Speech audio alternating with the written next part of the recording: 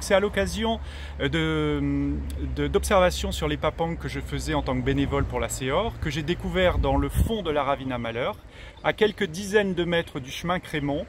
une structure massive de pierre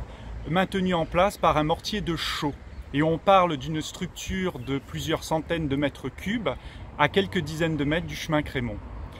Il n'y a pas besoin d'être archéologue pour voir cette structure, il suffit d'être observateur et faire une analyse de la chose, sachant que j'ai eu la chance d'avoir comme directeur de mémoire René Robert, le fameux géographe avec qui on a arpenté la Réunion ensemble, etc. Et je suis titulaire d'un DUG de chimie, ce qui me permet d'analyser et de reconnaître de la chaux. Donc vous imaginez que la découverte d'une telle structure dans un endroit aussi mythique que la ravine à Malheur a été pour moi un moteur formidable durant ces 10 dernières années pour mener des recherches à l'échelle du monde entier sur cette possible cache située dans la ravine à Malheur et bien évidemment les liens que ça pouvait avoir avec Olivier Levasseur, la pierre gravée découverte dans les années 70 dans la ravine à Malheur et ce fameux cryptogramme qui lui a été attribué depuis 1934 par Charles de la Roncière, auteur du livre Le Flibustier mystérieux.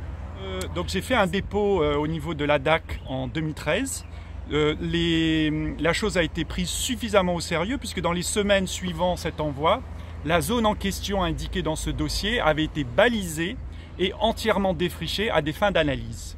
Donc maintenant, c'est entre les mains des services de l'État. J'imagine que depuis 10 ans, ils ont une stratégie maintenant à mettre en œuvre pour protéger et mettre en valeur ce patrimoine absolument exceptionnel, puisqu'on est à l'aube d'une découverte archéologique peut-être la plus importante de la Réunion, sachant qu'au niveau de la piraterie, à part des épaves qui ont été découvertes, il n'y a jamais eu de cache officielle, jamais découverte à l'échelle du monde. On ne parle pas de simples gravures rupestres ou de petites entailles dans la pierre, on parle d'une structure massive, à l'image des cairns funéraires que vous retrouvez en Écosse ou en Bretagne. D'ailleurs, je les ai visités, je suis allé en Bretagne pour voir un peu ce qu'il y a, sauf que à l'inverse d'un cairn funéraire, nous avons une structure qui n'a pas de porte. Donc c'est une structure qui n'est censée que protéger jusqu'à ce qu'elle soit démolie pour récupérer ce qu'on y a caché. À la sortie du livre le 30 novembre dernier, le livre a été remis au préfet ainsi qu'au service de la DAC. J'ai eu la chance d'échanger avec le préfet dernièrement et je sais qu'il tient à cœur ce sujet et la protection et la mise en valeur de ce site lui tiennent à cœur et je lui fais confiance ainsi qu'au service de l'archéologie pour faire le nécessaire pour que que les actions qui doivent être menées le soient. Et depuis 2010, nous avons un service archéologique à La Réunion et c'est une chance puisque maintenant les découvertes ou les études, les programmations archéologiques peuvent être faites dans un cadre légal